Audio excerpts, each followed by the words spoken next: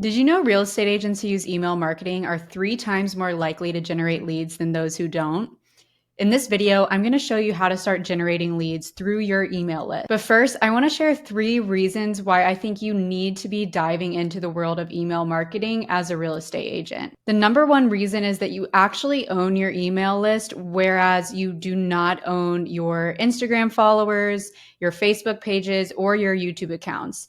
While technically you do own them, you could just very easily lose access to all of those followers and the audience that you've built on those platforms. On the other hand, your email list is 100% yours no matter what. The second reason is that email is a lot more intimate than social media. Instead of getting lost in the noisy world of social media, your email lands right in someone's inbox, and that's a place that they check daily. It's like having a one-on-one chat with them, and it helps to keep you fresh in the minds of past and future clients. And third, when done right, and I'll show you how, your emails can be packed with real value. It's also much more cost-effective than direct mail, and you get to share valuable content without draining your marketing budget. Today, I'm going to walk you through setting up your email list, crafting the perfect email newsletter, and getting people to join your list. So stay tuned, grab a cup of coffee, take some notes, and let's get started. So first of all, let's talk about choosing your email client. There are so many tools to choose from when it comes to deciding who you're going to use as your email client. We have MailChimp, ConvertKit, Constant Contact, but for the sake of this example, I'm going to be using FloDesk. However, it's important to do your research to decide which is the best option for you. I like FloDesk because it's super user-friendly and the pricing is just extremely simple. It's $38 a month or $35 per month if you pay for the whole year upfront. Many other email clients change the pricing based on how many emails you're sending or how many subscribers you have, and it just gets super messy and complicated. And also, I do have a 50% off link. That's not why I chose FloDesk. I just happen to have a 50% off link. But feel free to use the link. It's flodesk.com/c/coffee, and you'll get 50% off your first year. Also, side note, per FloDesk terms of service, you are not permitted to share real estate listings in your emails. In my opinion, you do not need to share listings in your emails anyways. I would just stick to using the automated MLS searches to send people listings that they are actually interested in and that are in their budget and are what they're looking for.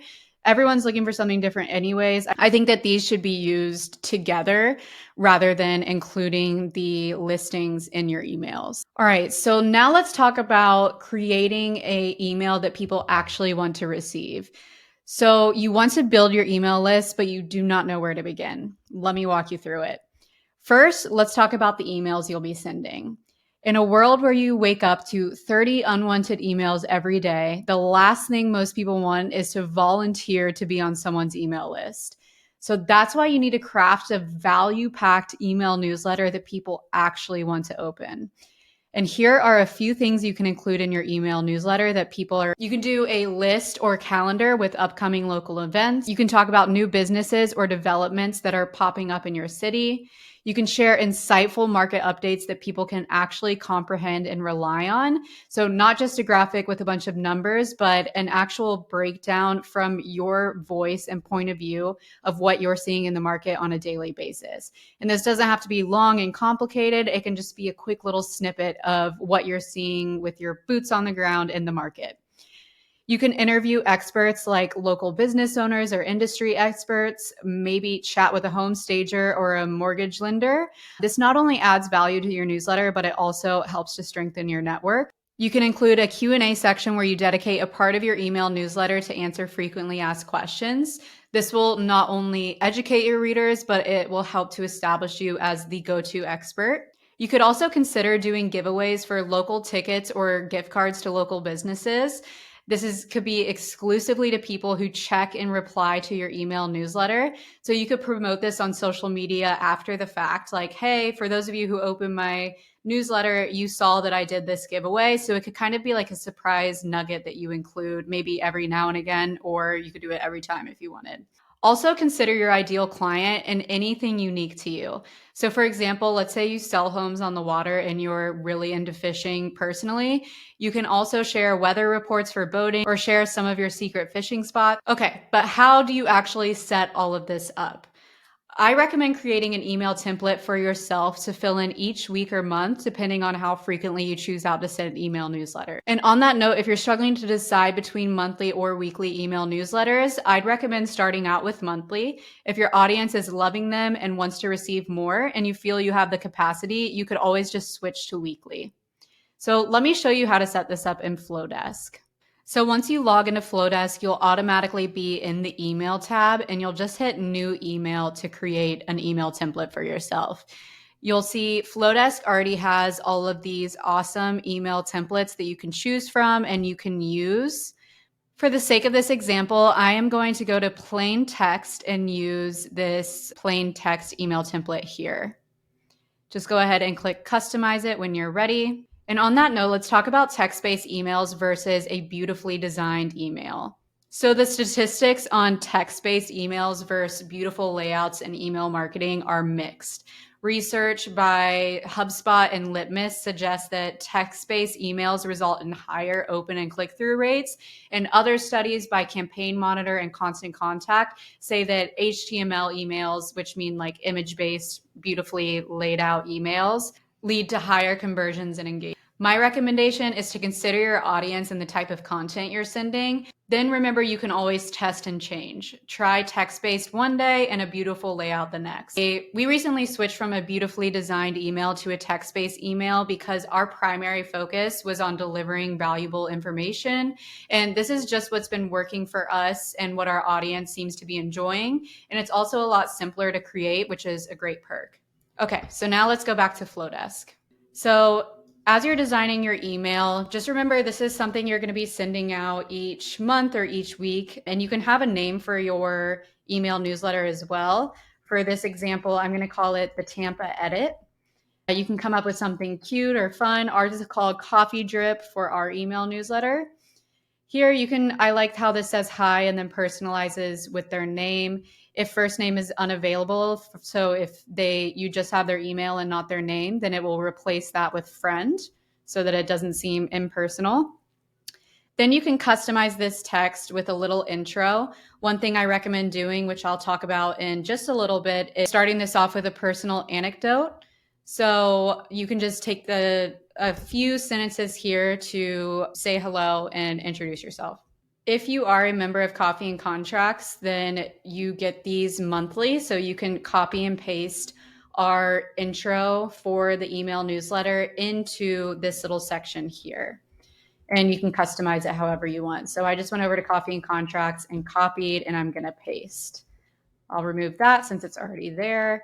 And you have your intro. You'll just need to fill in the blanks here to make it a little more personal to you. Then here is where you can provide those value points. So let's say you are going to share local events. I like to put a little emoji. I think it helps kind of establish that and add the nice little icon there. So you can say whatever the month is, September events in Tampa.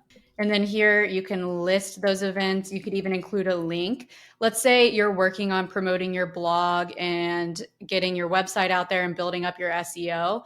You could create a blog post for each of these categories and link to your blog post so that people are ending up on your website. So that's just another idea of how you could incorporate links. But you could literally just write out events, 11 o'clock a.m. to 2 o'clock p.m.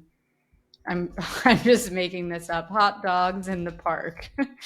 And then you could put, a little description here. And then you could even include a link if you wanted. And then you just click this button to add a link there if you wanted to. So then you could just copy and paste this and do a few events. You could even, like I mentioned in that blog post, or you could do a social media post and link your social media post here as well.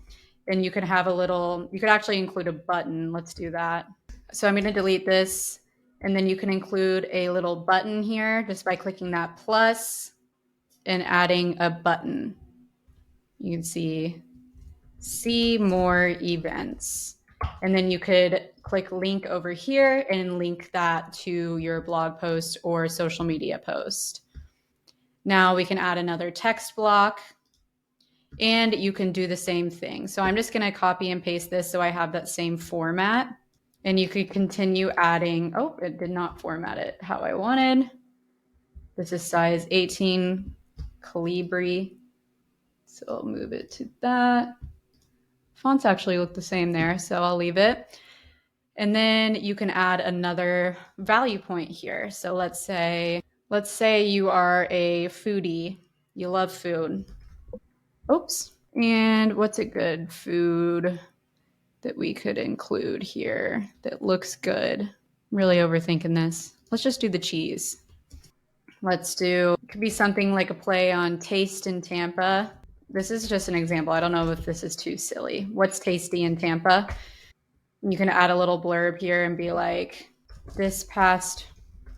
you could even make it like really personal here as well. If you put at and then put first name, that's how you could personalize it. And then you could put friend if it's not available. Put a little comma. If you have not been to Burns Steakhouse, you're missing out.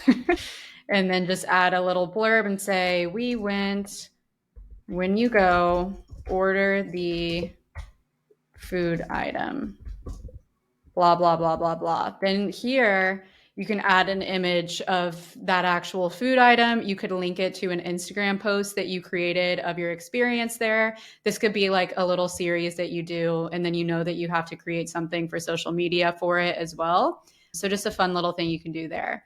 Then you could also, add a button to continue that theme of saying like book reservations or something. So then you just kind of continue down the line and continue adding those value points. And then once you're done with your email, you can edit the name, you can edit the email there, click continue. Then you'll edit the subject line and the preview text and hit continue. And then once you're ready, you can add your segments. So this will pull up anyone who subscribed to your forms, anyone that you've added from open houses. We'll get into this a little bit later, or you can just do all subscribers. And then once you're ready, you will be good to go to send it. But if you want to just go ahead and save it as a template, you can just click out of this and it'll automatically save it there. And then you can just double click this here and rename this as email newsletter template once you have it all ready. And you can just save this one as your template.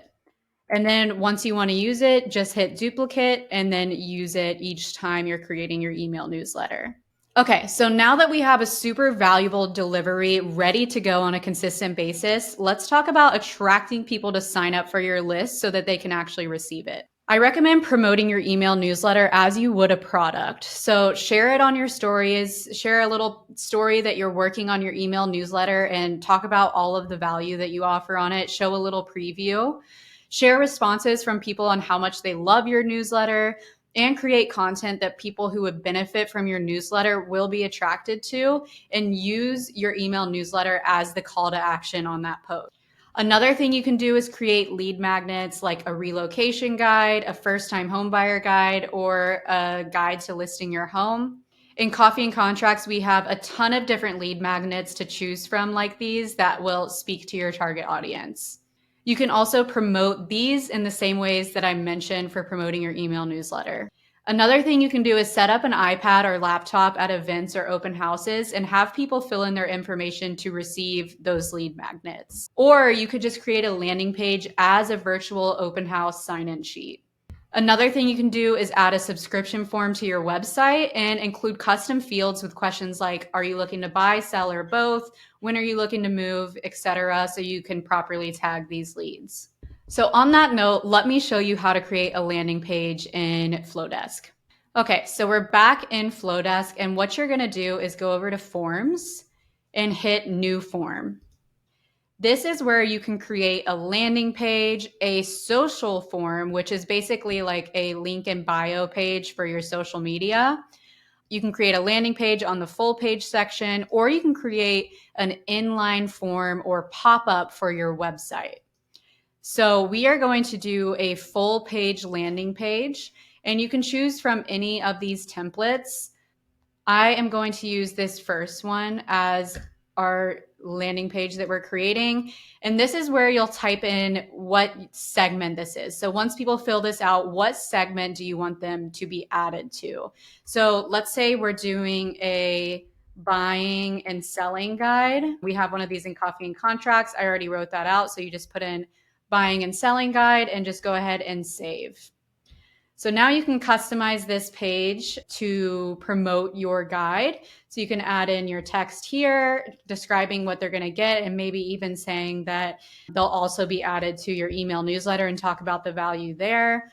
This is where you can add a mock-up image for the promoting the guide. And then once you have that image, you'll just upload it right into that placeholder. Then if you want to add more fields here, so let's say you want to also collect their last name and make the first name required, you can hit required there. You can click add last name to add another field, email address. You could even add a custom field. So this is where, like, let's say if you're doing an open house sign-in sheet or something, you can add some custom fields there to get more information from them. And you'll just need to create new fields to map them to. Then once you're good to go, you'll hit next. It'll ask you if you want to enable double opt-in. I'd recommend no. This just means they'll get another email confirming that they want to sign up. If you do click yes, this will help to ensure that you are not sent to spam. So if you're very concerned about that, then you can click yes, and then people will have to double opt in and click. So it gives them another step to actually subscribe to your list. I'm going to do no because this is just an easier option. When subscribers opt into this form, you can either have it notify you or not, and you can have it redirect to a URL or display a success message. We're going to display a success message, and now your form is ready to be shared. So now you actually have to send them that lead magnet that you promised, and you have to deliver it to their email. So how we're going to do that is we're going to go to workflows. And what we're going to do is click new workflow.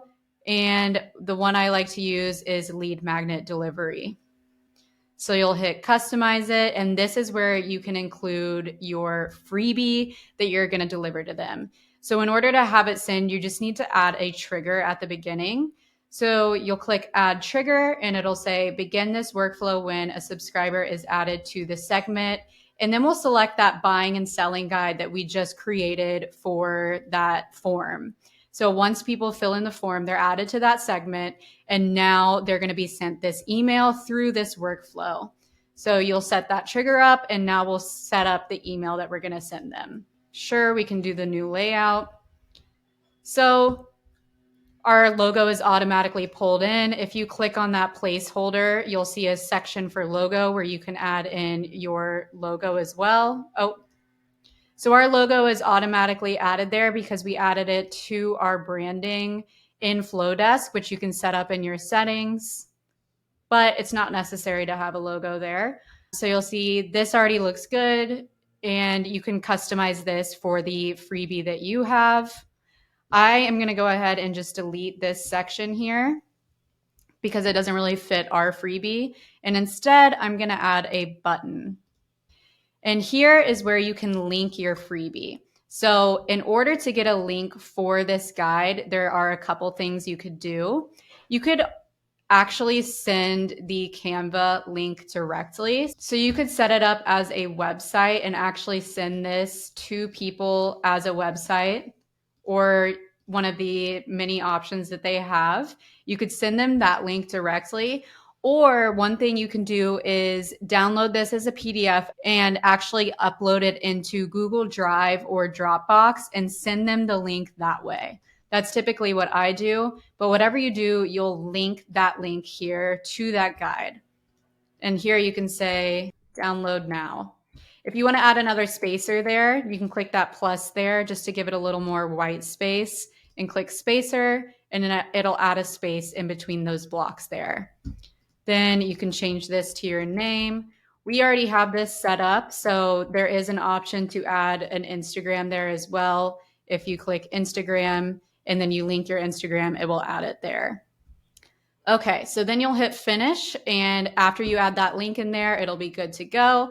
And then once it's done, they will be done with that workflow and they won't receive any more emails from that. That's all I have on email marketing today. If you have any more questions, feel free to drop them in the comments so I can create another video helping you guys out. Let me know if this was helpful. Subscribe if you want to see more of this stuff, and thank you guys for watching.